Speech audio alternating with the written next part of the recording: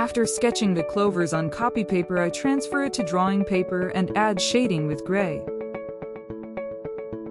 I am drawing with the pressure technique this time too, so that the entire surface of the drawing paper can be filled in by the colors, like this. However, for areas that are shiny or naturally white things, I leave them undrawn and use the white of the drawing paper. Because even if you layer white colored pencils on top, it won't turn white. By the way, gold and silver colored pencils don't actually turn the color of gold or silver as well. The more I learned about each type of colored pencil, the more fun I became at creating colors. For example, I learned that oil-based colored pencils, which are easy to layer, can be mixed and created a wide variety of colors. My coloring style of starting with dark colors in the darker areas is the result of my many trials. When I was teaching myself how to draw, I tried things my own way without anyone telling me what to do. I tried different things to figure out what to do when I made a mistake, and drew at my own pace while listening to my favorite music. And you can use colored pencils anytime you want without the hassle of preparation or cleanup. That suited me perfectly. That's why I was able to draw many pictures with having fun and to improve my drawing skills. I learned how dark I should apply dark colors. It's also through many trials and errors. I erase the areas where I applied the color too much. Making mistakes teaches you wisdom, right?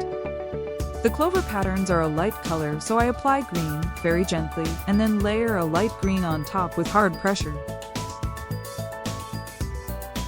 Now I'm adding a darker green in the areas that lacked darkness.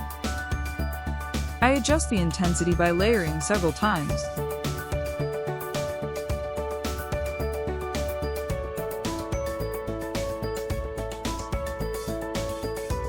Oops, this part also lacks darkness. That's how I adjust the darkness. Now I use from the darkest color first, just like before. Since the leaf veins are also light in color, I won't color them with dark green. I think it's good brain training because you have to be careful not to forget to leave it white.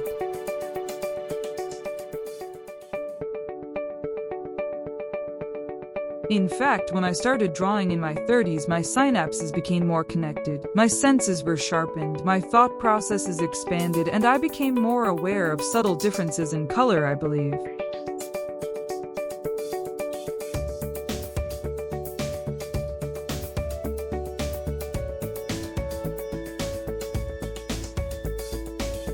The more colors you add, the more the indentation of the drawing paper gets filled in. Again, I'm adding color to adjust the lightness.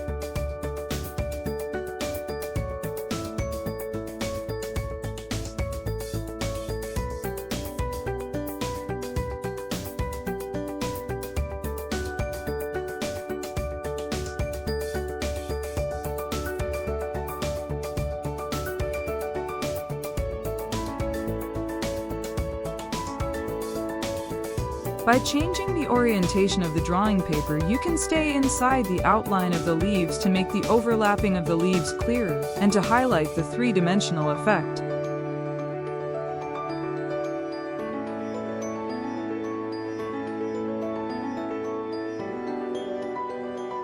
I start with the darker colors for the ladybug as well. Because the ladybug's black spots are small, I painted them with extra care to ensure the round shape remained round. To give the ladybug a glossy appearance, I apply red and vermilion color on top with heavy pressure. And I make the leaf, which doesn't get much sunlight, the way darker with a dark green in order to make it so dark that you can barely see the ladybug's red color. As I wanted to represent the ladybug that was hiding there.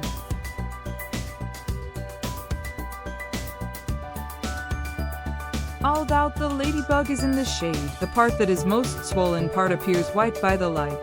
Therefore, I leave white on the paper.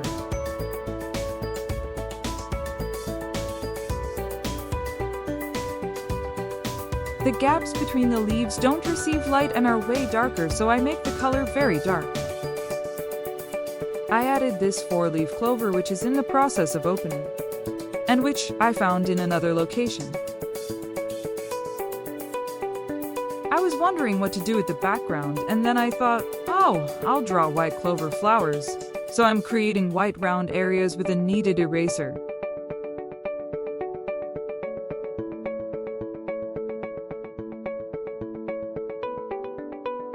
Since white or light colors are invisible unless you add colors to the background, I'll leave the white flowers aside for now. I decided to draw the stems around the clover as I actually saw them, and the leaves around the white clover flowers. I initially intended to draw the ground as it actually is, so I'm making shades, but I changed my mind later. While there are indeed many stems between the leaves, the number and direction of the stems are being drawn purely speculative. I'm drawing them carelessly in a good way. I make the areas between the 4-leaf and 5-leaf clovers darker so they will stand out.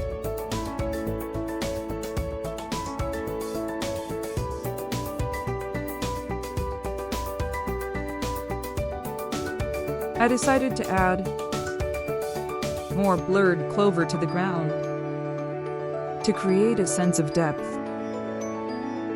My aim is to make the 4-leaf and 5-leaf clovers look like popping out of the drawing.